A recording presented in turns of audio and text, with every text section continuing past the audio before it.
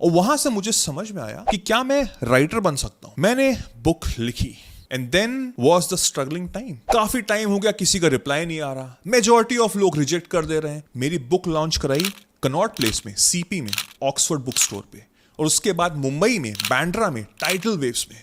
ये दो अगर आपको नहीं पता है तो मैं आपको बता सकता हूं, इंडिया के टॉप नॉच बुक स्टोर्स हैं जहां पे बड़े बड़े ऑथर्स, बड़े बड़े सेलिब्रिटीज आते हैं। This is the power of imagination, और आपको पता भी नहीं लगेगा कैसे हुआ। You realise you have a power inside you, because हमारी बॉडी हर जगह नहीं जा सकती है, बट हमारा माइंड जा सकता है। आप इस दुनिया में कुछ भी चीज उठा के देख लीजिए, वो पहले यहां पे बनी थी, उसके बाद वो एक्चुअल में बनी। जब मैंने अपना MBA खत्म किया तो मैं बहुत ज्यादा कंफ्यूज था।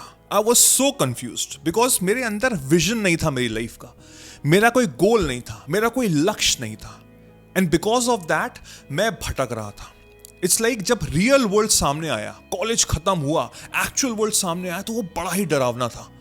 मुझे कुछ नहीं समझ में आ रहा था कि मैं करूं तो क्या करूं, because I know that very well कि मुझे ये तो नहीं करना है, बट क्या करना है वो नहीं मिल पा रहा था, वो लक्ष्य नहीं मिल पा रहा था। इट्स लाइक कि बहुत से लोग अब मुझे DM करते हैं, क्वेश्चन पूछते हैं, कमेंट्स करते हैं कि सर मुझे अपना गोल कैसे पता लगे, प्लीज हेल्प मी आउट। वो एक्सपेक्ट कर रहे हैं कि मैं उनको उनका गोल बताऊं।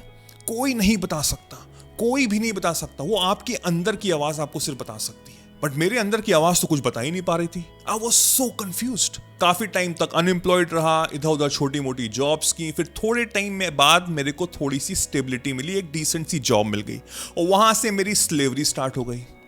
मतलब मैं किसी को डिग्रेड नहीं करना चाहता, but being an employed without any vision, वो एक स्लेवरी है।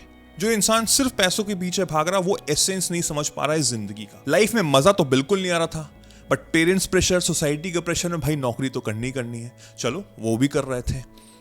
बट साइमल्टेनियसली मैं अपने आप को जानना शुरू कर रहा था, मैं लाइफ को समझना शुरू कर रहा था। लाइफ की मीनिंग ये तो नहीं थी, तो मैंने बुक्स पढ़ने शुरू कर दिए। मैं स्कूल टाइम से I was a Avid reader, मैं बहुत पढ़ता था, मैं बहुत ज्यादा पढ़ता था। मैंने लास्ट टाइम जब कैलकुलेट किया था तो मेरे घर में अराउंड 430 किताबें हैं। अब तो काफी बढ़ गई होंगी, that exclude Kindle books. Kindle books को हटाकर मेरे पास अराउंड एक्चुअल में 430 किताबें हैं, वो रखी हुई हैं बस किसी तरह मैंने अपने घर में। तो व्हेन आई वॉज रीडिंग तो मेरा माइंड एक्सप्लोर होने लग गया। मैं मोस्टली फिक्शन पढ़ता था, और वहां से मुझे समझ में आया कि क्या मैं राइटर बन सकता हूं। मुझे नहीं पता, बट सुन के बड़ा एक्साइटिंग लगा, बड़ा ही मजा आया सुन के। यार पता तो नहीं, ट्राई करते हैं, ट्राई करने में क्या हर्ज है। बिकॉज उस टाइम पे मैं फिक्शन बहुत पढ़ता था, romance thriller was my genre, तो मैंने उसी पे ही लिखना शुरू किया। अब काफी टाइम लगा उसको समझने में, अंडरस्टैंड करने में, काफी इंप्लीमेंटेशन किया, बहुत कुछ लर्न किया, और काफी साल बाद मैंने लिखा। साइमल्टेनियसली जॉब भी चल रही थी, बट उसमें बिल्कुल लाइक आई सेड मजा नहीं आ रहा था। इट्स लाइक कि मेरी सोल तो वहां थी नहीं, बस कर रहा था।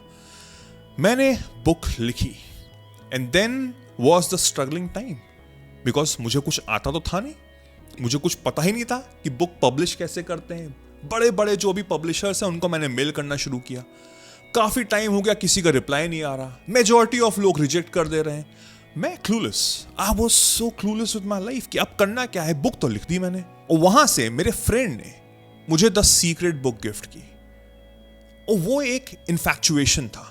मतलब मैं इतना ज्यादा ऑब्सेस हो गया था उस टॉपिक से कि मैंने पता नहीं कितनी किताबें उसके बाद पढ़ डाली।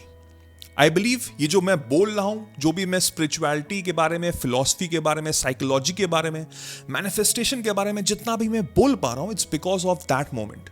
बिकॉज वहां से मैं अपने आप को और अच्छे से जान पाया। दैट इज द रीजन मैं इतने टाइम से वीडियोस बना रहा हूं। So with my knowledge and my learning, मैंने अपने आप को इमेजिन करना शुरू कर दिया। मैंने अपने माइंड में मूवी बनानी शुरू कर दी कि मेरी बुक पब्लिश हो चुकी है, मेरी बुक लॉन्च हो रही है।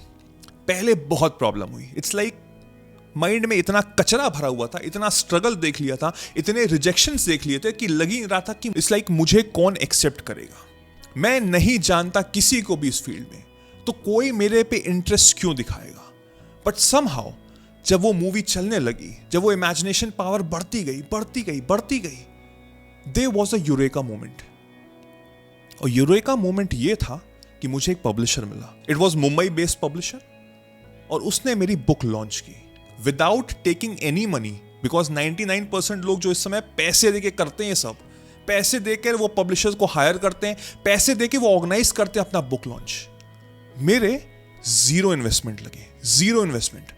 और उस पब्लिशर ने मेरी बुक लॉन्च कराई कनॉट प्लेस में, सीपी में, ऑक्सफोर्ड बुक स्टोर पे, और उसके बाद मुंबई में, बैंड्रा में, टाइटल वेव्स में।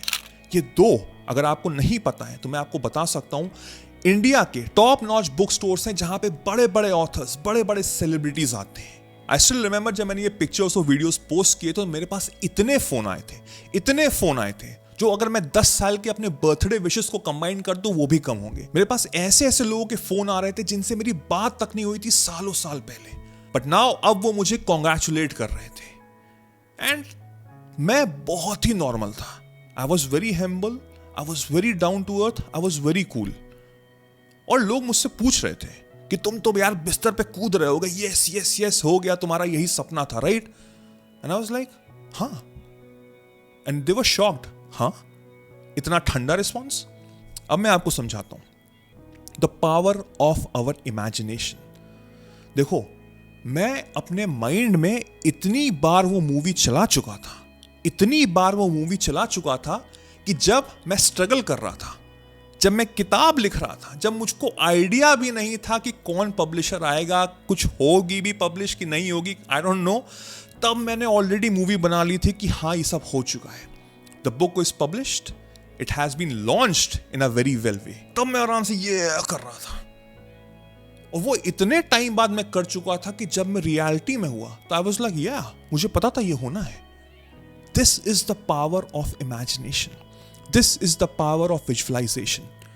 देखो, इस समय आपकी एक करंट लाइफ है, दिस मोमेंट राइट है, राइट नाउ, जो बड़ी प्रैक्टिकल लग रही है, जो लग रही है कि कोई फ्यूचर नहीं है शायद, और एक फ्यूचर सेल्फ है जो आप अपने आप को देखना चाहते हो। इमेजिनेशन ब्रिज है, उन दोनों को मिलाता है। उस ब्रिज से जो आप प्रेजेंट हो वो फ्यूचर सेल्फ को देख पाते हो और उसको अपने करीब खींच के ला पाते हो। You will get the right people, right situation, right scenarios, और आपको पता भी नहीं लगेगा कैसे हुआ। तो अगर आपको जरा सा भी डाउट है कि ये चीज वर्क करती है कि नहीं करती है, तो पहले वो डाउट क्लियर करो, because there are hundreds of examples जो मैं आपको दे सकता हूं कि मैंने चीजें मैनिफेस्ट की हैं अपनी लाइफ में, तो ये वर्क करती है। बट विद 100% बिलीव कि आप अपने फ्यूचर सेल्फ को इस समय देख रहे हैं राइट है, right now, as if you have already achieve that thing, कि जब वो एक्चुअल में होगा तो आप बड़े काम और कंपोज रहोगे, हाँ ये तो होना ही था, मुझे पता है, हो गया। You realize you have a power inside you, and that power is called imagination.